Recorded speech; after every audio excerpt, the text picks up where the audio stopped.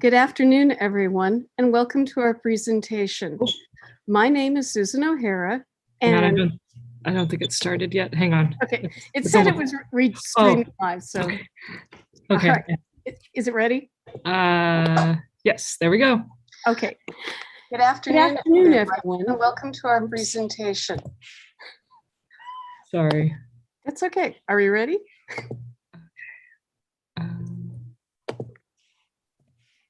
Okay, I think we're good now. Good afternoon, everyone, and welcome to our presentation. My name is Susan O'Hara, and I'm one of the high school teachers here at the newly created Casterland High. My students have spent the last month and a half researching the denizens of the Blocksburg Cemetery and learning about their lives and how they work to settle this area of Humboldt County. They have spent many hours on the project and have researched the person and written a biography of their life, as well as a more fictionalized account that they are presenting now. Again, the students have written everything that you're about to hear and will share with you about what it was like to be in Southern Humboldt from the late 1880s all the way up through the 1930s. And with that, I'm going to turn it over to Miss Riley Bremer, and she is to tell you the story of a young immigrant to Blocksburg in 1874.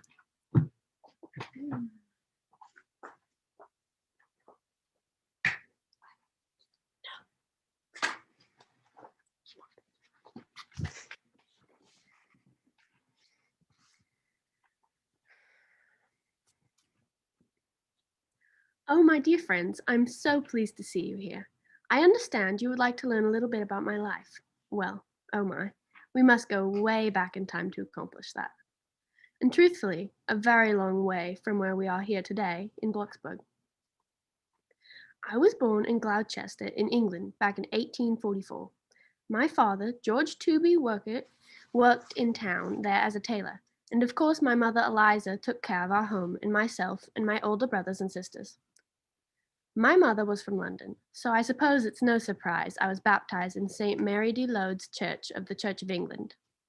Of course, my family were prosperous shopkeepers, and my father knew we had to rub shoulders with the right people to keep ahead.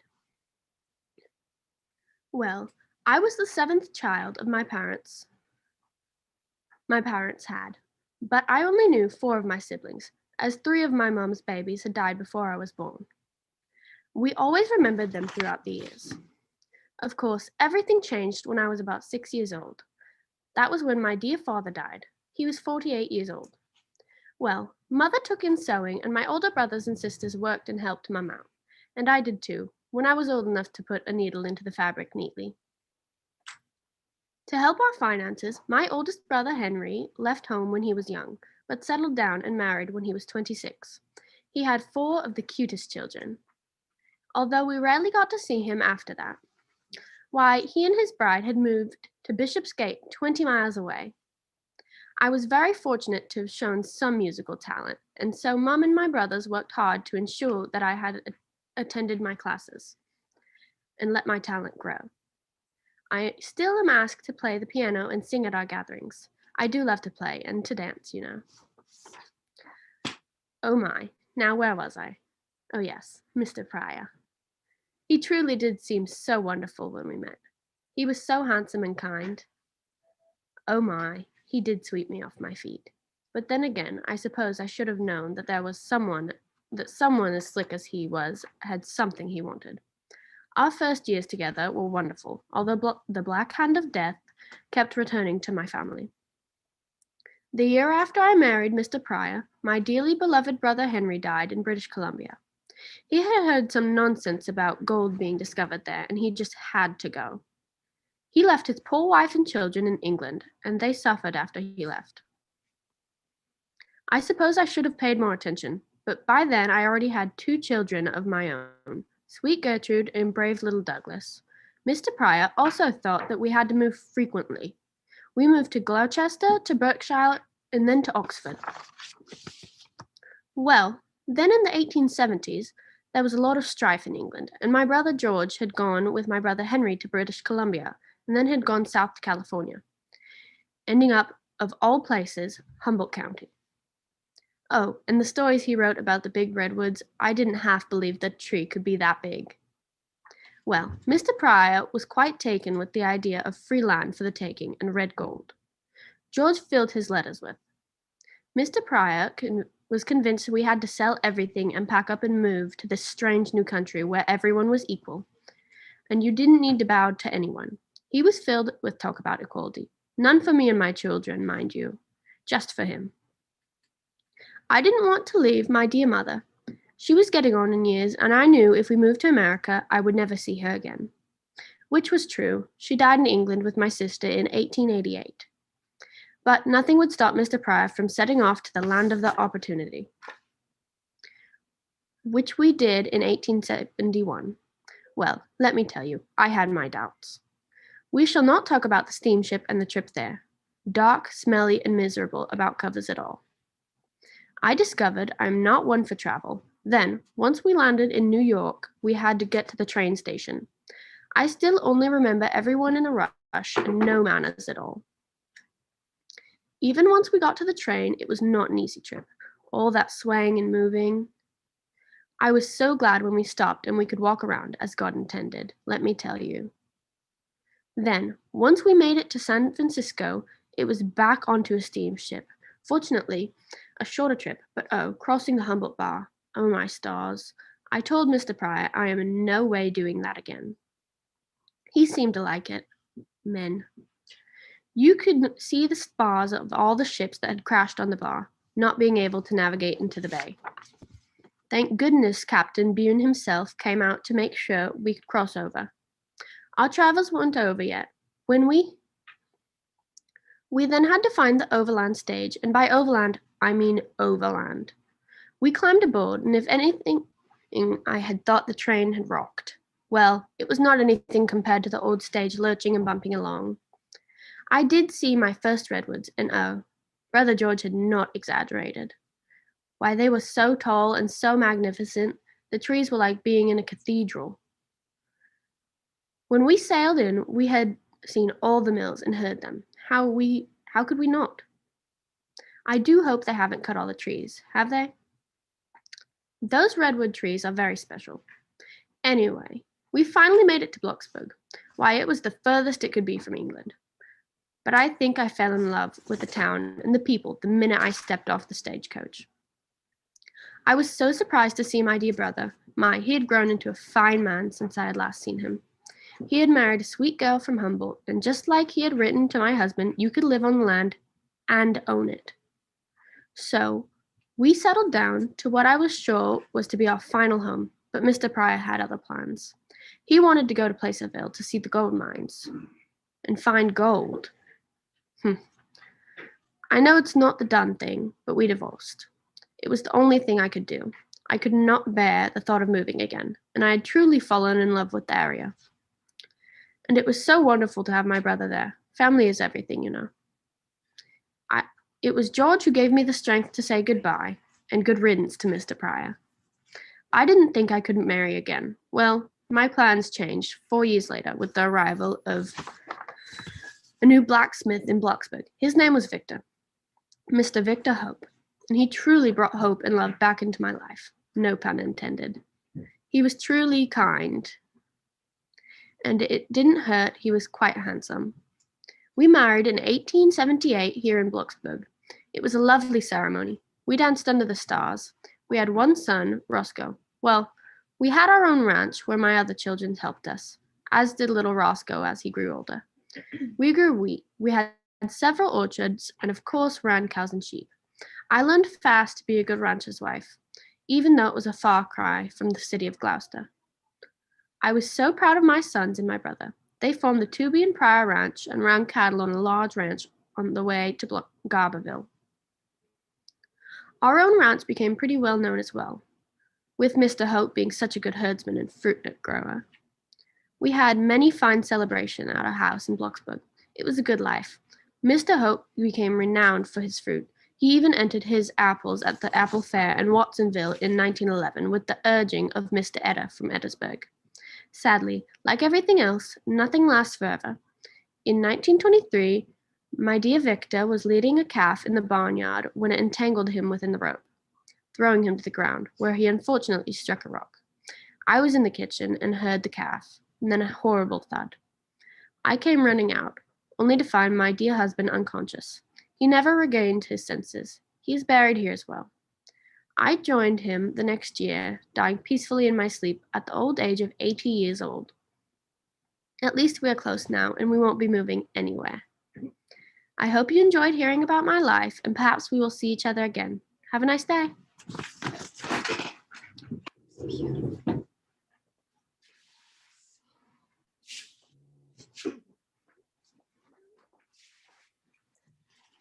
Thank you very much, Riley. And now we have Layla Coleman is going to tell us the story of Emily Beasley, who came with her husband in the 1849 gold rush to California.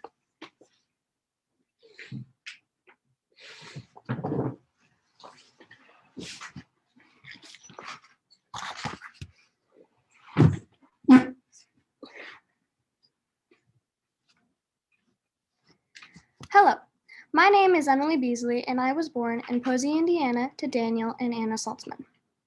My mother was born in June of 1797, and my father was born in 1798, dying in 1833, sadly, before I was even 1 year old.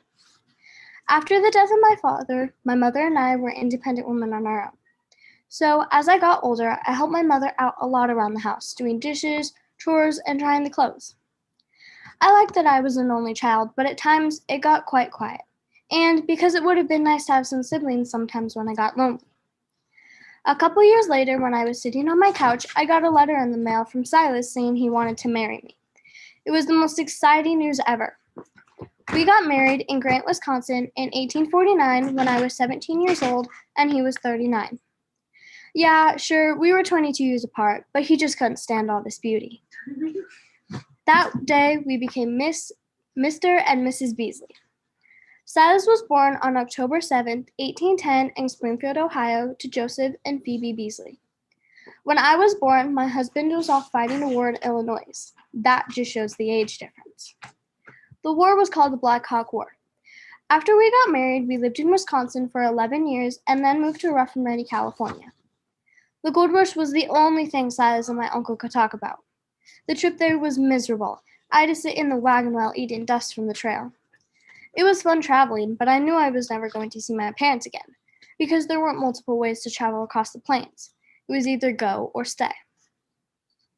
When we were done mining for gold, we saw a rock on the trail, and when Silas and I were looking at it closer, we saw that more miners had their names on it. So, as a nice wife, I signed Silas and my name on it. Unfortunately, I didn't have much to write it in, so I carved it in rock.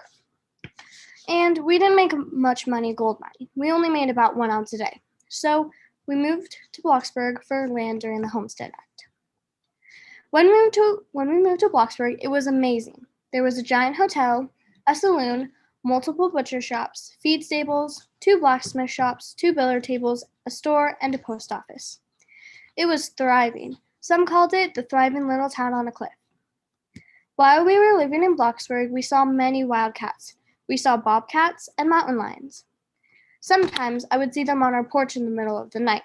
They were pretty but fierce. One of them scratched out my window and I had to change it out myself. Those dang cats. Silas and I did not have any children in Bloxburg due to an illness that Silas had when he fought in the Black Hawk War.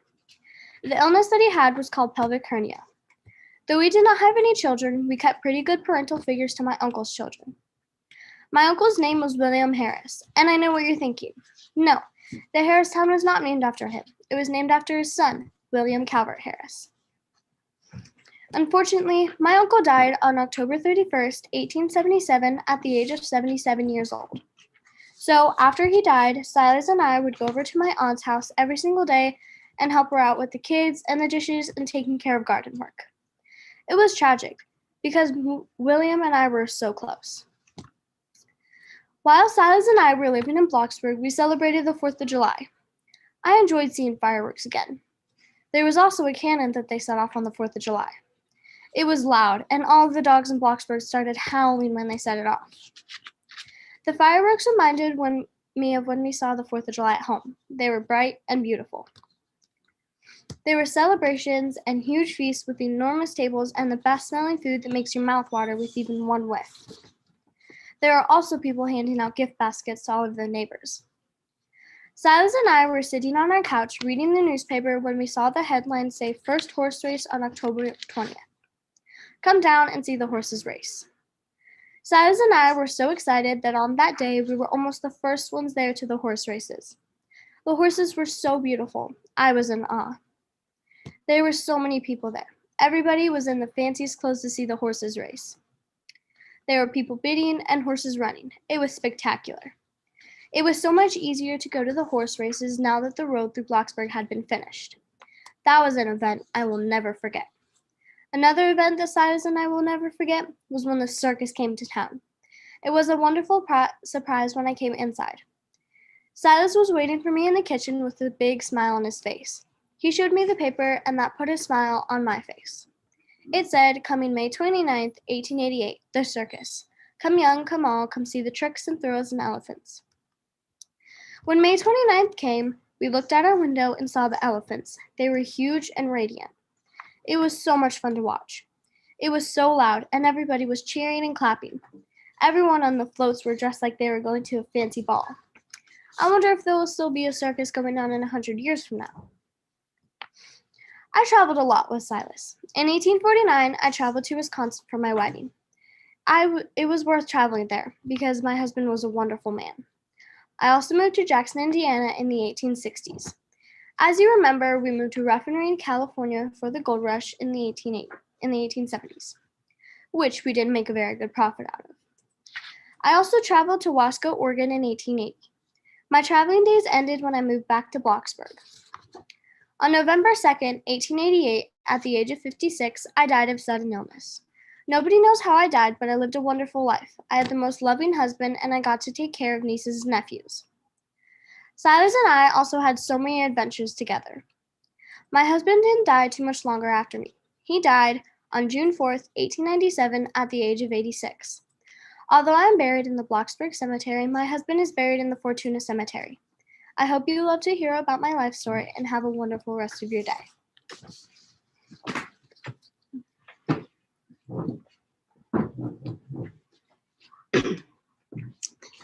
Thank you very much.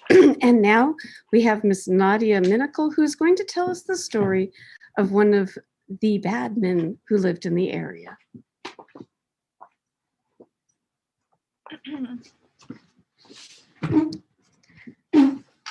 Howdy, folks, and welcome to my ranch. Do I have a tale to tell you about my life? I've had many adventures in my day. Some say I'm a good man, some say I'm a bad man. I say I was just standing up for my rights. My name is Daniel Titcomb Woodman. I was born to my parents, Hannah Eastwood Woodman and George Hodgdon Woodman, in 1845 in New Hampshire. My parents met and married in New Hampshire, where my dad lived. Ma was originally from New Brunswick, Canada. However, with the discovery of gold, they decided to head west to California to seek their fortune. Gold panning didn't work out so well, and there in the gold country was where I started my reputation as a bad man. In 1865, at the age of 19, I stole 3 horses from the Carroll and Mile Mill near Folsom, California, where I had worked for a short while. A local sheriff chased after me, and I shot him and hit him in the shoulder. He shot back twice. One hit my horse, Big Gray, and the other went through the left side of my chest. I was sent to San Quentin Prison for 2 years in 1866. A year later, in October, I got a pardon. I think it was thanks to my dad's political connections, but I'm not completely sure. I was finally released a month later in November. After I got out, my dad traded his property in Long Valley for land in Blocksburg and went to live at the South Fork of Conley Creek. Ranching is hard work, but we managed to increase our spread, and by 1870, when I was 25, we had 4 employees working for us. Several years later, I was able to build my own place over by Powellville and start ranching for myself. It was a great It was great to have a ranch of my own, and I started to expand my operations. I even found a lovely bride, Miss Elizabeth Carlotta Holmes. We married on November 17th of 1881 in Eureka, California. We moved onto our ranch, and things were going pretty good. My little girl, Edna Alice, came along 2 years later and was followed by Clifton in 1886 and Ewart McKinley in 1889 or 1898. Having a ranch is a lot of hard work, and at times money can run short, especially after some hard winters. Oh, we had some cold spells there for a while, but where our ranch was, some of the cows and sheep survived. So when I sold them, I got some money. But that wasn't so good because, well, that sort of led to some big problems for me. I had the misfortune of getting involved with Mr. George White from Covelo, or King White, as some call him. I call him a dirty, rotten, no-good, cheating scoundrel who lies at the drop of a hat. It all started with my loaning Mr. White money involved in a livestock deal we made with our sheep. Then, on June 19th of 1884, I entered into a contract with George White, also known as the King Cattleman of Covelo. The contract was to lease interest in ranches, and together we bought 10,000 sheep. He also made me have a spare horse for his men to use if they were needing a quick getaway. He owed me the money I loaned him, and, well, he wouldn't pay me back.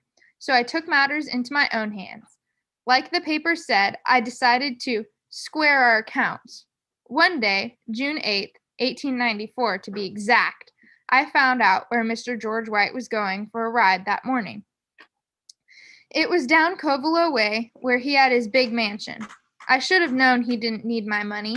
He had control of over 100,000 acres. Why, the San Francisco called Covelo a paradise for outlaws.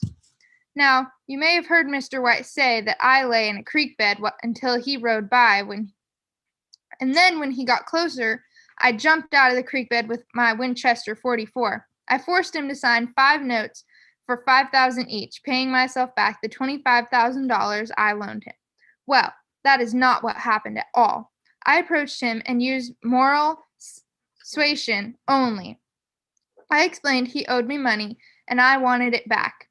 He had told me that he would help me, but never trust a crook. To say he was shocked to see me was a little bit of an understatement. Later, he accused me of having said that I was going to kill him. I ask you, why would I have wanted to kill him? There is no way that he would have been able to pay me back.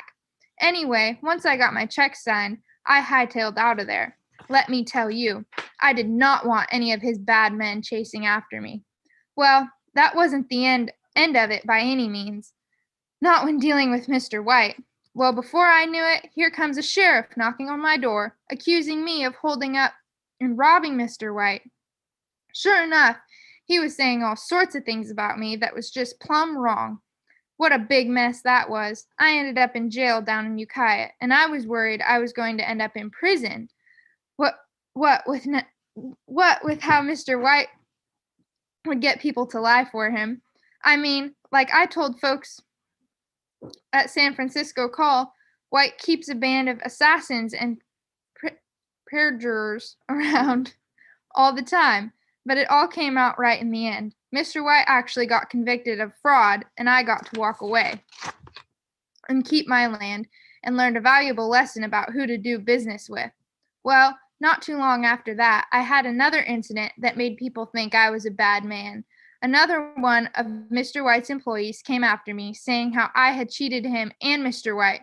The wife and I were over visiting with Mr. Frank Henriksen, our neighbor. Well, we was sitting down to eat when John Klein rode over. He started in fussing at me, and I was paying him no mind. When he pulls a gun on me and shoots me, he missed me, but it didn't do my coat any good. Well, I pulled out my 44, and that was the end of Mr. Klein. I claimed self-defense, and that was the end of that. I settled down to ranch after that, and things were going pretty good. But then, those folks at Blocksburg decided to have a dry town in 1914. Well, that was when I became a blind pigger. Got to say, I made a pretty fine style of moonshine. 1914 also saw the railroad being completed. That made it easier to ship my cattle and sheep. So we was doing pretty all right on our spread. We had more excitement around 1917 when some of the boys got called to fight in the Great War, but it really didn't bother me none. But then we had a dry spell, and it wasn't looking so good around here. I had never seen the river so low, and as I've said, I've been around that Eel River since 1870 or so, which means when I tell you it was low, it was low. You know, we had dry grass, dry trees, dry brush, not a good combination. Well, some damn idiot started a fire in the end of August, and there was nothing nohow that was going to stop it. The fire raged, the fire swept across these hills like it was fed with oil. The trees were going up like torches. My Carlotta stayed by my side, and we tried to fight those flames and protect our home and barn. But, well, we fought hard, but we lost the battle. At least I did. I was severely burned, and Carlotta got me to Eureka courtesy of the train, but I didn't make it. I died fighting for my ranch, which I suppose is a good way to go, as that is what I fought for my entire life. Well, take care, my friends, and do remember, don't play with fire. It doesn't end well.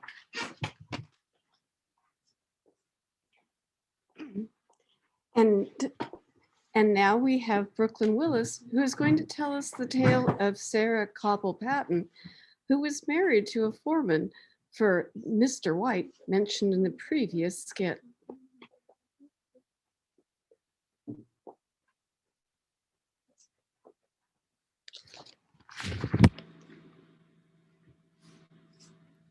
Oh, sorry, I didn't see you there. I'm Sarah Millicene Cobble, and I'm going to tell you about my life. I was born in Ohio on June 14th, 1852, to John and Elizabeth Cobble. Then, when I was around 4, my family and I traveled across the plains and moved to Covelo, California. We came for the gold rush. It's all my dad could talk about until we got there. Leaving Ohio was hard. I was leaving all of my friends and even some family. 7 years after we moved, I found out that my mom was having a baby. I was so excited. We named her Laura. Then when I was 18, I met the love of my life, Walter Milo Patton. We called him Milo. 2 years later, Milo married me on May 11th in Covelo, California. Milo was 29 and I was 20.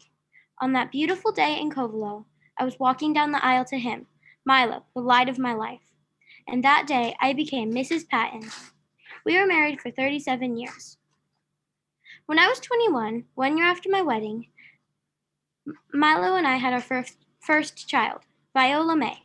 She was born in the year 1874. Our second child was a boy. He was born in 1875, Albert Lee. Third, we had Etta Leota, who was born in 1878. Unfortunately, she passed away in 1878. I also had Ellen. Unfortunately, she passed away as a baby. She did not even live to be 1 year old. 2 years later, in 1880, Milo and I had our fifth child. His name was Leroy Alonzo. Then in 1882,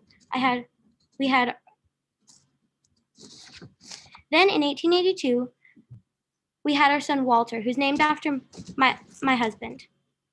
Then my mother and father passed away. I had to get a job to support my little sister Laura. She was sad, but she had me and Milo to take care of her till she could take care of herself. In 1885, my daughter Elizabeth, who's named after my mother, was born. Then I had Jessie Luella in 1889. We called her Dottie. My final child was a girl named Inez Violetta, who was born in 1894. She died in 1912 at the age of 19 with typhoid fever. That's all my kids. I had 9. I know. You don't have to tell me. That's a lot. So when I was alive, a lot happened here in Northern California. I lived in Alder Point for 56 years, and I went to Bloxburg a lot. I had friends all over this town, so I know all the gossip. The elephants came to Bloxburg in 1888. My husband and I took our children. It was fun for me and the kids. And even though he was trying to hide it, I could tell Milo was having fun too. My life was pretty interesting even when I was in my 50s. In 1904, Milo, my husband, threw me a ball for my 52nd birthday. It was on June 6th. It was an amazing party. All of my friends came and we had so much fun. The railroad made its way to Alder Point in 1914, and everyone was there for the ribbon cutting. It was a much faster way to get around. Instead of taking days to get from Fortuna to Blocksburg, it only took around 4 hours. I couldn't believe how fast it was. Also, the 4th of July was a huge celebration in the early 1900s, and 1921 was a pretty busy year. I voted for my first time ever because women were finally allowed to vote. I was 69. Can you believe I was 69 years old when I first voted? Also in 1921 was the first ever Fortuna Rodeo. It was a huge party. I wonder if it will still be going in 100 years from now. That year would be around 2021. Throughout my life, I lost a lot of people. The people I especially miss are my 4 children that passed away before me. Their names were Ellen, Inez, Leroy, and Walter. I also lost my husband in 1909. It was very sad. He was only 66 years old, and we were married 37 years before he passed away. It was a lovely marriage, and I miss him dearly. I also lost my parents, John and Elizabeth Cobble. They both died in 1872, the year before my wedding. They are missed. They never got to meet any of my kids, which would be their grandkids. I still had 5 children alive when I died, which was 5 years after my son Walter. I died on December 11th, 1942. I lived with Miss Myrtle in Fortuna. 3 days after the bombing of Pearl Harbor, I passed away. I passed away from old age. I had 12 grandchildren, 22 great-grandchildren, 6 great-great-grandchildren. Anyway, I had a really long and exciting life. Thank you for listening to my story. I had a lot of fun telling it to you.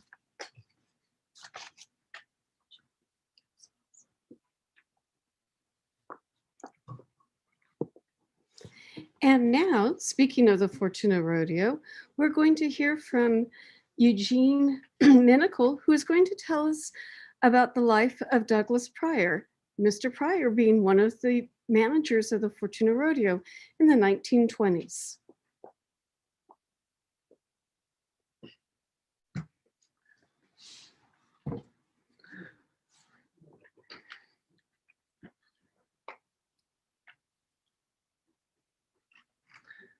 Hi, how are you doing today? It's an amazing day today. My name is Douglas Pryor. I am here to tell you about my life story and adventures. Well, I was born in 1869 on April 24th. My parents' names are Thomas and Emily. I lived in England until I was the age of 5. My parents decided to move to the great land of America. The boat ride was harsh and cold, but we arrived in 1888, where my parents settled in at Blocksburg in Humboldt. My mother was thrilled to meet her brother here, but I was also excited to meet my cousins. My parents had different ideas about how they wanted to live. My dad wanted to keep exploring, and my mother wanted to settle down on a ranch. And to have her own land was something she could not have in England. Well, this led to the biggest change in my life. When my parents split up, I stayed with my mom and helped her and my uncle around his ranch. Things changed again when the new blacksmith, Victor Hope, moved into our little community. Well, Mr. Hope started courting my mom, and pretty soon they got married. I went to live with them on their ranch, and then 2 years later, my little brother came into the world. He is my half brother. His name is Roscoe Moore. Our life centered around raising cattle and sheep. After that, in 1891, a correspondent from the Ferndale Enterprise observed, the whole male population seems to be engaging in the rodeo, consisting of Russ, Tooby, and Pryor, J.C. Fairbanks men, and all the rest have been gathering and branding their cattle. Of course, by 1891, I was the Pryor in the Tooby and Pryor, and I decided to branch out as our own ranchers. Then in 1892, when I was 23, I met a beautiful girl whose name was Nellie Mae Coleman. She was 21 years old. We got married on June 22nd of the same year. The following year, we were both shocked and saddened by the sudden death of our newborn son. He died the same day he was born. We were going to name him Gilbert Pryor. I know my wife's first birth turned out bad, but in 1904, my wife gave birth to our second son, Harold Douglas Pryor. He obviously got his middle name from me. Then, in 1906, my cousins and I expanded our ranch, starting a company together, and it was capitalized for $250,000. It had 5,000 shares, which we all got. That ranch was as much as my baby as my children. Then in 1908, my family grew some more when my other son was born. We named him Roscoe Malin Pryor. His middle name was the same as my dad's first name. Those boys meant a lot to me, and I loved them with all my heart. I'm so glad they got to grow up with me on the ranch. It's a beautiful ranch with close to 50,000 acres. It had room for farming, livestock, and a little bit of logging. And all that work made my boys strong. When they got old enough, they were helping me feed and raise some of the cattle and other animals. Well, me and my cousins were partners for a very long time.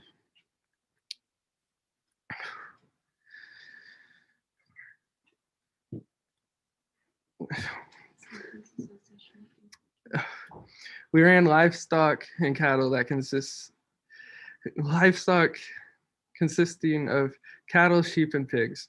My cousins and I had good times on that ranch. I remember this one time when me and my cousin Frank decided to fall redwood. When that tree hit the ground, it was like an earthquake. I had an amazing rush, but when it hit the ground, we had to run for cover because everything was falling. Then in 1916, I was one of the founding members in the Humboldt Stockmen's Association. Our goals were to, one, to improve the breeding of the cattle we were raising, then in and around Humboldt, and to cut down the damn coyote population. I swear that we were. The cattle per head was around $20, so every 50 cattle I had, I'd get around 1,000 for all of them together. If we improved the breeding, we could get better prices for our cows.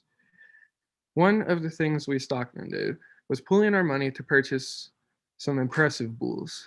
The funny part was that they were the same white-faced Herefords that I've seen in England as a kid. They really helped improve the quality of the cows. Of course, the sheep were important too, but they didn't seem to bring in the same money that my uncle and stepfather had seen. But I still made a pretty penny off their wool. Pigs were probably the nastiest animals I had to deal with, but they weren't that bad because the pork was delicious. And selling pigs, I'd normally make anywhere from $18 through $20. The other thing we would take to the market were turkeys. They were handy to keep around as they fed off the grasshoppers in the summer. Well, in 1921, the stockmen decided to have a rodeo to entertain the folks who came to our picnic. That sure turned into a big event. The first year, some 3,000 folks showed up. So we decided to put it on again the next year, and over 6,000 people came to see the event. Well, we became uptown with all the big rodeo stars coming to Fortuna, including Jesse Stokes and Ty Stokes. We tried to send our roughest bucking stock into town, but damn, that Jesse could ride. We also had Montana Red and Clay Carr. come and ride. Then around 1925, me and my friends talked me into becoming the manager of the rodeo. I went to Salinas to check out the Big California Rodeo. The next year, we added a queen contest and a big parade that was themed as a historical pageant. As well, some of the more entertaining events like a watermelon race and musical chairs. So we also had a big dance, and I got to dance with my sweetheart. Sometimes the rodeo got a little crazy, but in the end, it would usually be okay. Of course, everything wasn't always beers and Skittles. In 1922, my loved father died. I love my dad a lot. He was 81 years old. Then, 2 years later, my mother died. I was so devastated by both of their deaths, only being 2 years apart. She died on the 13th of September. She was 80 years old. My mother and father were both really good people, and they helped me become the good stockman that I am today. Well, 1920 has seen some high times, but then came that during the stock market crash in 1929. Damn near lost my shirt. We tried selling off our cows, and then nobody could afford to buy them. Our stock, due to everybody losing their jobs, money was tight. The stockmen gave up on the rodeo, but those businessmen in Fortuna stepped in and took it on. I am so glad they did. I still like hearing the cowboys shouting and cheering. Well, in 1930, the 1930s were also hard because sadly, the love of my life, Nellie, died on February 1st, 1936. She was 64 years old, and we were married for 43 years. I will miss her forever. Then, the next year, my little brother Roscoe died. He was 68. He died from having his appendix burst. Of all the darn things we did, he died from his appendix. Well, I continued to live on the ranch near Blocksburg. I died on March 21st, 1945, when I was 75 years old. Near this place I had come to all those years ago from England. I was put to rest here at the Blocksburg Cemetery, surrounded by my friends and family. I had an amazing life, and this is where I will lay for an eternity.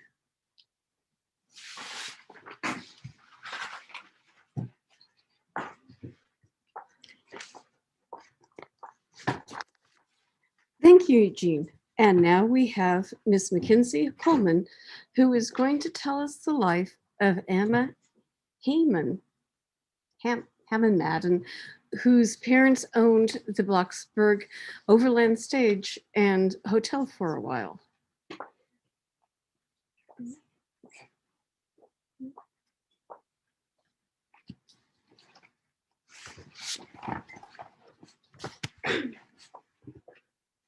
Hello, I am so excited you came today. I have a lot to tell you about myself in little time, so let's begin, shall we? My name is Lula Mae Heyman, and I was born on September 17th, 1875 in Carlotta, California. To my father, Peter Theodore Heyman, born on May 25th, 1840 in Fluesburg, Germany. My mother, Emma Carey Bartlett Heyman, was born October 25th, 1853 in New Hampshire. I was born into a family of three: my dad, mom, and my older brother, Theodore Andres Hammond. My parents were early pioneers who came here by way of the Isthmus of Panama for land during the Homestead Act. My parents owned the Overland Hotel in Blocksburg, a saddle shop, and butcher shop. Plus, my dad was the postmaster. It seemed like he was always gone. I went to school in Blocksburg. I had lots of friends. All my teachers said I was very smart and well-behaved. I loved learning. History was my favorite subject. In 1884, When I was 9 years old, my little sister Emma Heyman was born. I was so excited to have someone to play with. Don't get me wrong, my older brother was nice, but he just didn't like playing with dolls or dressing up with me. Growing up, I helped my mom out around the house since she had to take care of baby Emma while doing everything else. I often found myself helping with washing the dishes, doing laundry, and just cleaning up the house. 4 years later, on May 29, 1888, my brother, sister, mom, dad, and I got to see the most amazing thing. The circus came to town. As soon as we heard a circus was coming through, we all rushed out onto the front porch so we could have a better look. Only this time, they came with a 5-ton elephant named Empress, a camel, and a male and female lion. You should have seen it. All the horses were going crazy trying to figure out what animals were coming into their town. It was so loud and so different at the same time, but the best part was that was the first time I had ever seen any of those animals. It was definitely a time in my life I won't forget. Then a couple years later, something amazing happened. I got a job, and let me tell you, I was so excited because it was hard for women to get jobs in my time. I got a job working for Dr. Archibald R. Ward. Dr. Ward was a veterinarian who worked for the University of California. I worked as a governess for his children. I lived with them in Fortuna, helping to teach and watch his children so that their mother was free to plan her charity events. It truly was an amazing job. Mr. and Mrs. Ward's children were bundles of joy and so much fun to get to look after. After a few years of working for the Wards, I returned to my home in Bloxburg. Then sadly, 2 years later, on August 9, 1903, my mother passed away at the age of 50, shortly before my wedding. On Sunday, June 12, 1904, at 12 o'clock, at the age of 28, I got married to the love of my life, Joshua Samuel Madden. Joshua was 34 and a well-known man in Bloxburg. He was a stagecoach driver. Well, that and he was extremely handsome. Joshua's parents are John E. Madden and Sarah Eleanor Discus. Joshua had 2 sisters and 2 brothers. The wedding took place in my father's house. My house was decorated with pink and white roses with ferns. My husband and I stood underneath 3 large floral wedding bells forming an arch. The ceremony was performed by Mr. J. M. Keyes. I wore the prettiest dress in my opinion. It was a cream Henrietta, rimmed in silk with Mexican Venice lace all over. In my hand, I carried a bouquet of white and pink roses tied with a large white bow. The guests consisted of family and a few friends. After the ceremony, Joshua and I led the way into the dining room. We received many wonderful presents. From that day forward, we were Mr. and Mrs. Madden. A year later, on Sunday, May 7th, my sister Emma Heyman got married to Cornelius Stout at her father's estate. It was a beautiful wedding. Though in 1906, at the age of 22, my sister Emma passed away. Unfortunately, only a year after marrying. They had no children. During the same year, not too long after, my father, Peter Theodore Heyman, passed away December 6, 1906, at the age of 67. Joshua and I lived in Bloxburg after marrying. It was our first house together. 3 years after marrying, in 1907, Joshua and I had 2 kids, Floyd Bartlett and Leola Kay. I'm so glad we had kids. They were the cutest things ever. They were very shy, though, and only wanted Joshua and I to hold them. But they had each other to play with, and they entertained themselves very well. In 1914, 2 major events happened. The first ever railroad ran through Alder Point. To get there, we had to drive over the Alder Point Bridge, which was also built by then. Did any of you get to see the Alder Point Bridge when it was first built? It was amazing. It was definitely something that needed to be put there. Having to wait and hope that a ferry would be there to take you across, or having to walk up and down the river bar looking for a place shallow enough to cross. And that meant getting your feet and dress wet. Joshua, our kids, and I drove to Alder Point in our horse and buggy just to see the train. It was so amazing. It looked so complex, and the fact that something like that was built during my time was extraordinary. In fact, I believe I rode the train to Eureka just for fun. I still can't believe how fast it was. What took 3 days in the past now took a few hours. Then also in 1914, World War I broke out. I first heard about it when the kids were eating lunch. I sat down on the couch drinking tea and reading the newspaper when I saw the headline. It was really quite tragic, but thankfully, Joshua was never involved and it never came too close to home. In my free time, I often helped out with Red Cross projects and local community projects. I stayed very active, helping out with cleaning up and or doing local fundraisers around the community. But with happy moments, there will always be sad ones. In 1944, at the age of 76, my brother passed away. That was really hard for me because my brother and I were really close. Then 4 years later, I passed away on Sunday, February 22nd. No one knows how or why, but all I know is that I lived an amazing life. I had a wonderful husband and amazing kids and a lot of loving family. I passed away February 22nd, 1948 at the age of 73. 8 years later, my beloved husband Joshua passed away March 23rd, 1956 at the age of 86. He never remarried after me. I was the true love of his life. I am buried in the cemetery next to my husband, whom I still love very much.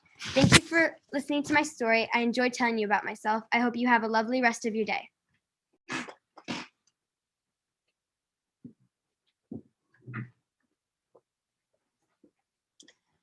And now Miss Alana Kircher is going to tell us the story of another early immigrant and her experiences living in the Blocksburg area.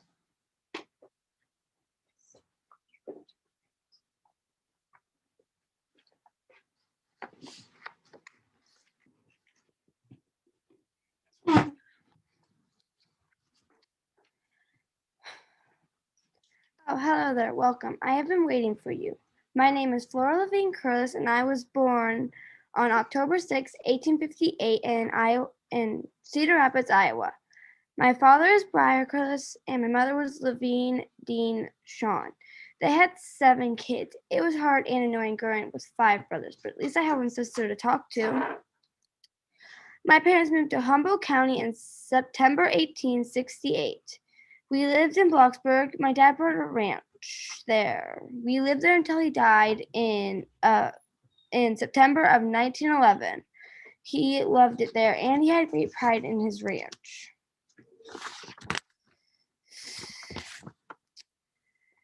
I got married when I was 18 years old I was wedded to William Oliver Perry on March 7th, 1877 in Eureka, California. I was happy to be with the love of my life. I got married in I was happy to be with the love of my life with William. We had 4 kids in 14 years. Our kids' names were William, Clara. Names were Flora, William, Albert, and Claire. We had a farm. We raised cows, sheep, chickens, and at one point we had as many as 1,500 heads of sheep and 100 heads of cattle. We were pretty successful in our ranch, but William wanted to change that. We moved to New Mexico for about 18 months, but then we moved back to Humboldt County, realizing how much we missed it here. This is a very beautiful place. We moved to a place on the road between Alder Point and Blocksburg in 1890. We eventually bought more adjoining land. Many exciting things happened during my lifetime. I was 14 when the road of Blocksburg was completed. I saw my first car on a summer day when I was working in my yard. When it drove by, my dog was scared and started barking loudly. When I was 63, women first got a vote. It was liberating. Another fun time was when we celebrated 4th of July within 3 days of activities. I loved the fireworks and family fun. I love the food. Another thing is I love the food on 4th of July. And even though I was 63 when women first got a vote, when I went to my first rodeo, I still had fun. Those were the good times, but there were sad memories too. In 1914, Blocksburg was dry. People voted for no alcohol. This was 6 years before the prohibition happened for the U.S. Then in 1919, there was the Spanish flu. I was 15 when the sickness came. It was a pandemic. I didn't get it, but a lot of people did, and a lot of people died. It was a horrible time for the U.S. Our daughter Flora got married to Harry Newman and at the age 20, she had our first grandson, Harry Newman Jr. And at the age of 23, she had her daughter, now Irene. When Flora was only 29, her father passed away. It was sad not to have Papa around there for the grandkids. Our son Albert got married to Amy. They didn't have any kids. It was sad. And he was sad when his father passed away. And he misses him. Our daughter Claire was married to Edward. They had 4 girls and 1 boy.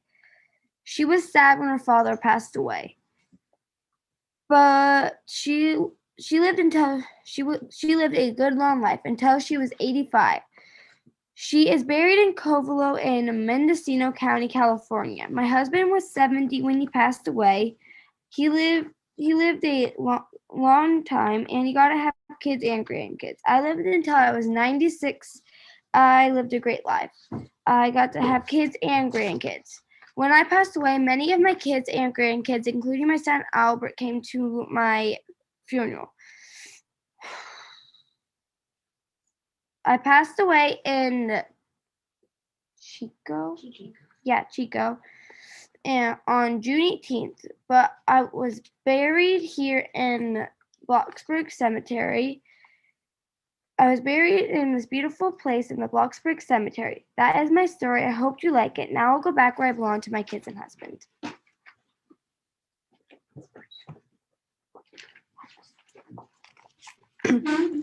Speaking of the Blocksburg Cemetery, the image behind me was taken 2 years ago at the Blocksburg Cemetery, and it is worth the trip out to Blocksburg to explore sometime. Now we're going to hear again from Nadia Minical, and this time she's telling us the story of Orinda Burgess French Barnwell.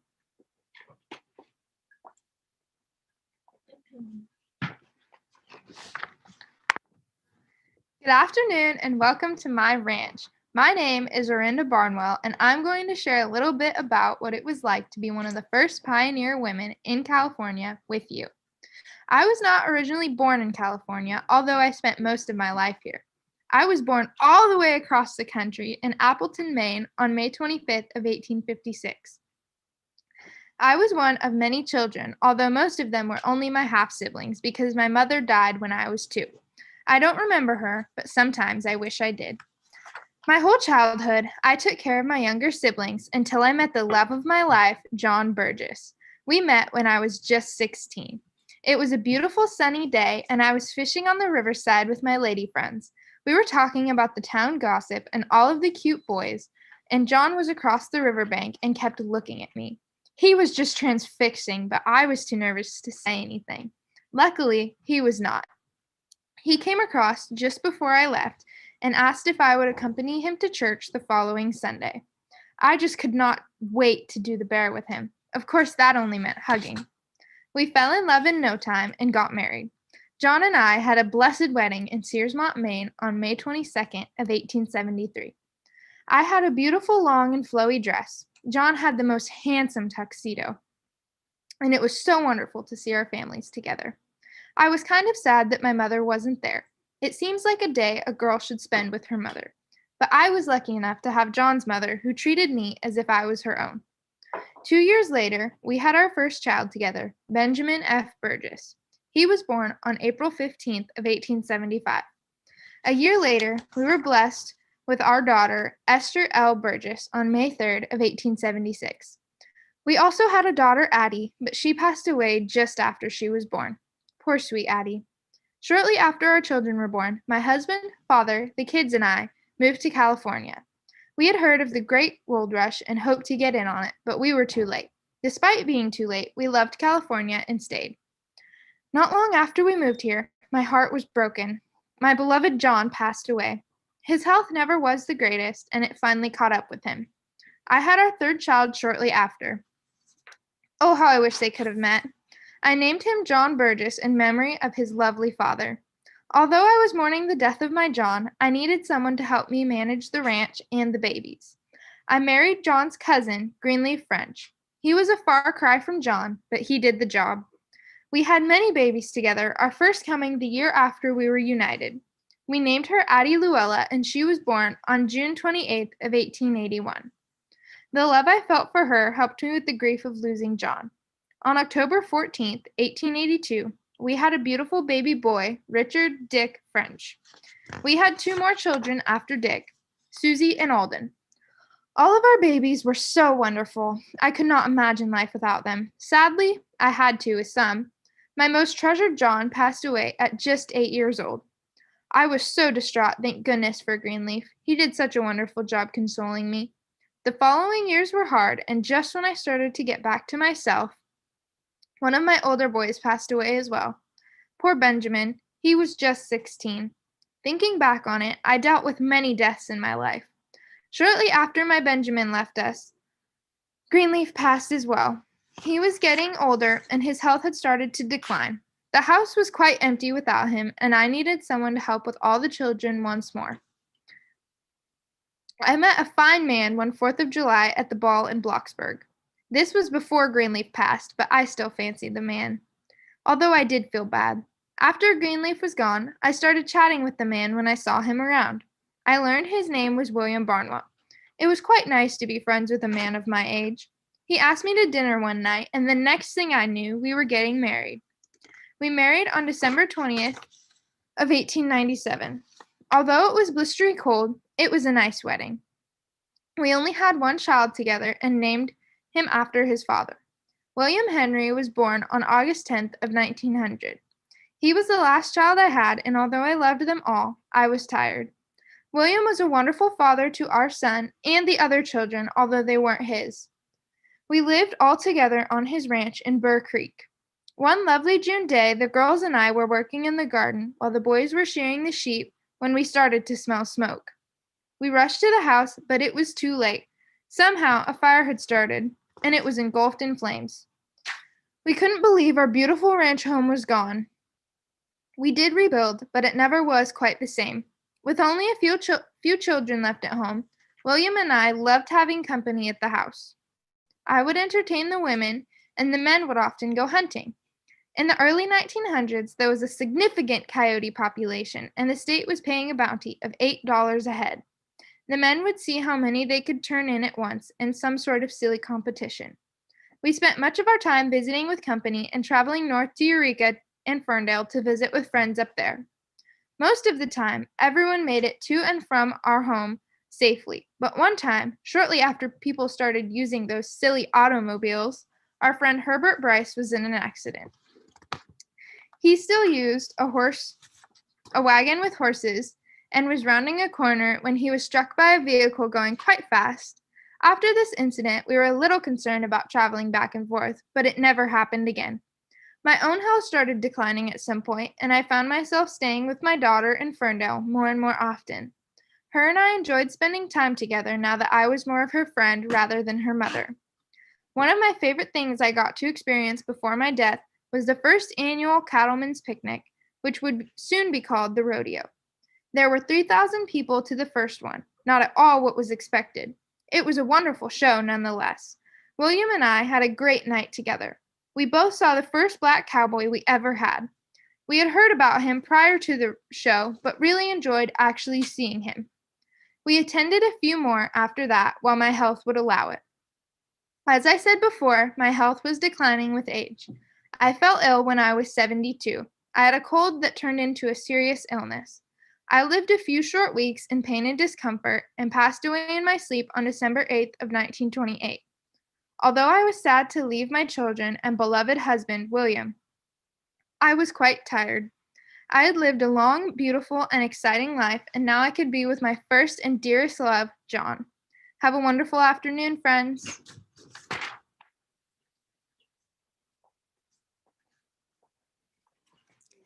And now we have our final presentation for the afternoon, and that is again by Ms. Riley Bremer, who is going to be sharing with us about the life of Marguerite Billings Burgess.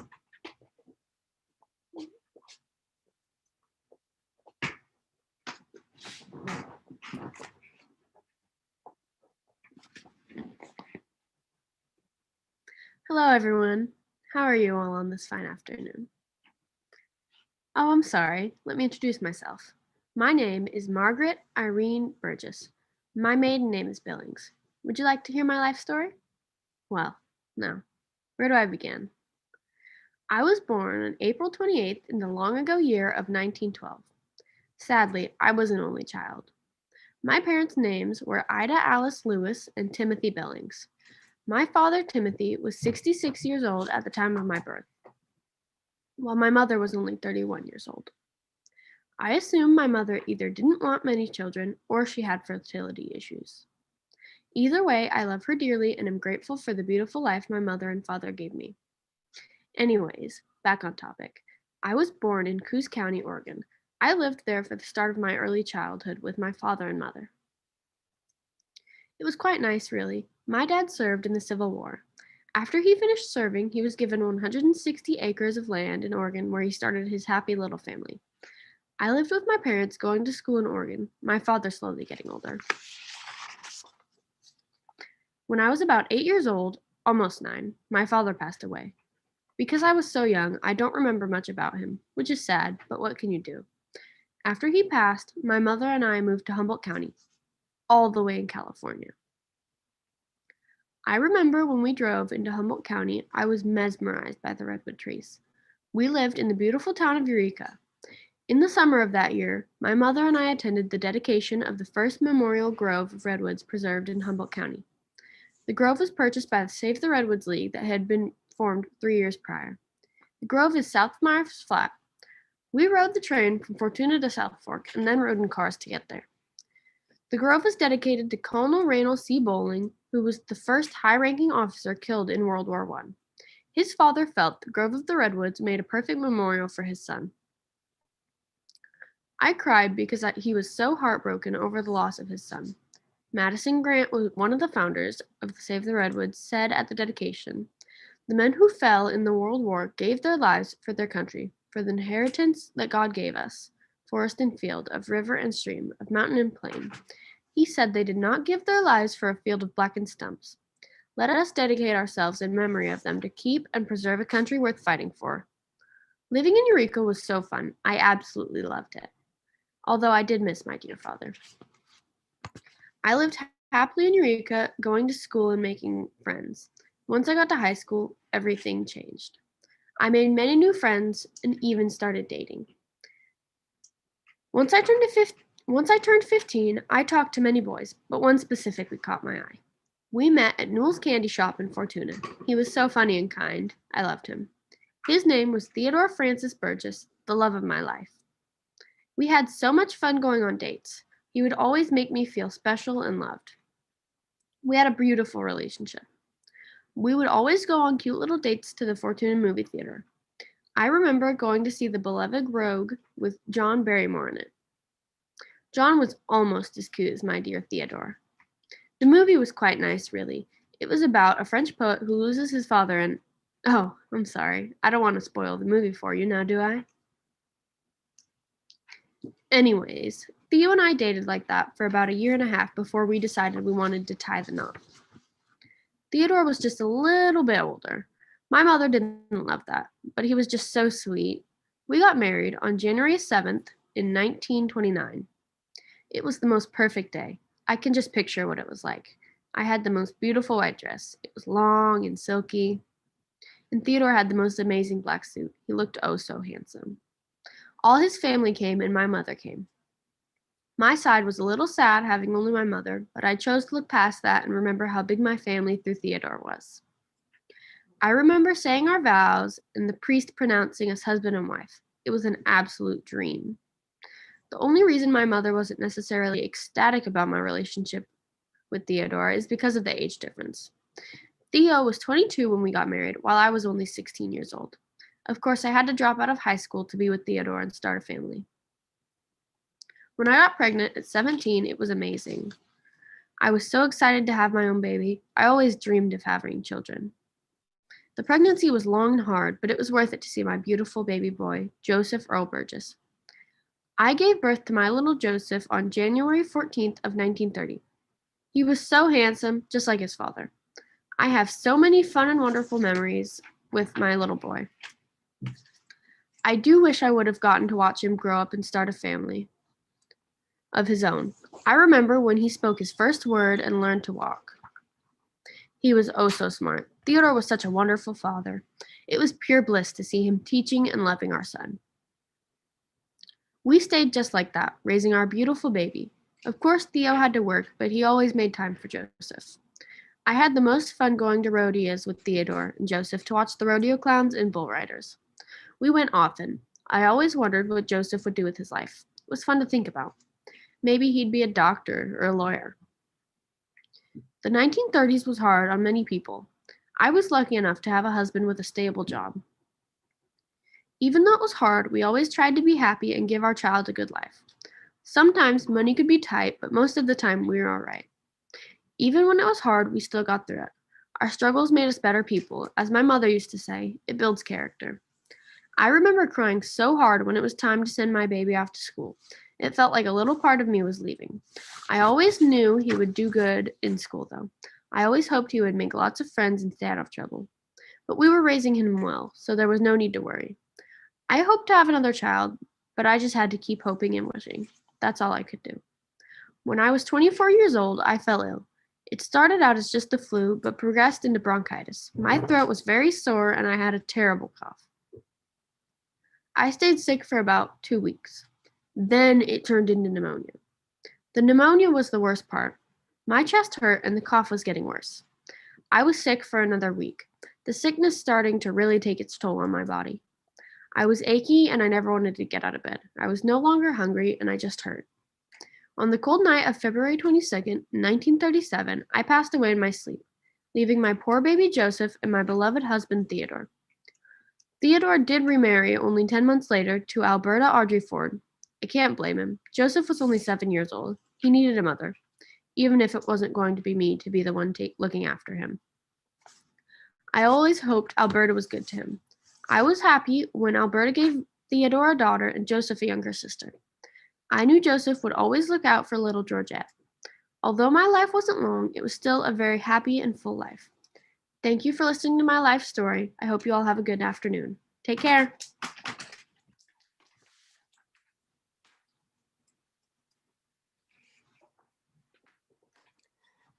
Thank you all for joining us and listening to the stories that the students have come up with, and have a wonderful day. Thank you so much for joining us today.